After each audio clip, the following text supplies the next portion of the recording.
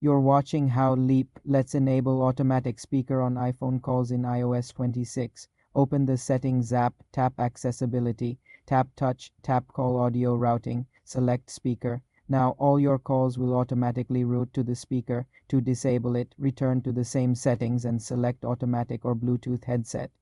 You're watching how Leap Let's enable automatic speaker on iPhone calls in iOS 26. Open the Settings app, tap Accessibility, tap Touch, tap Call Audio Routing, select Speaker. Now all your calls will automatically route to the speaker. To disable it, return to the same settings and select Automatic or Bluetooth headset.